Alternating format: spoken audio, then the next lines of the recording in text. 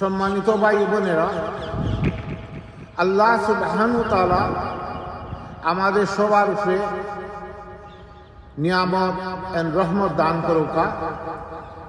বিসমিল্লাহির রহমানির রহিম।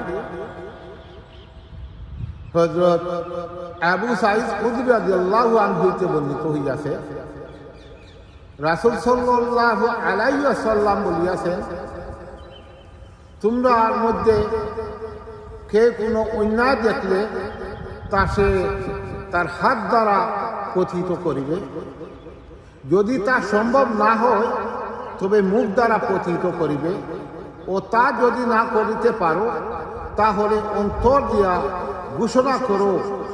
আর এই হইয়াছে অন্তরে দিয়া প্রতিহত করা দুর্বল ঈমান। হাদিসটি বর্ণিত সহিহ মুসলিম, হাদিস নম্বর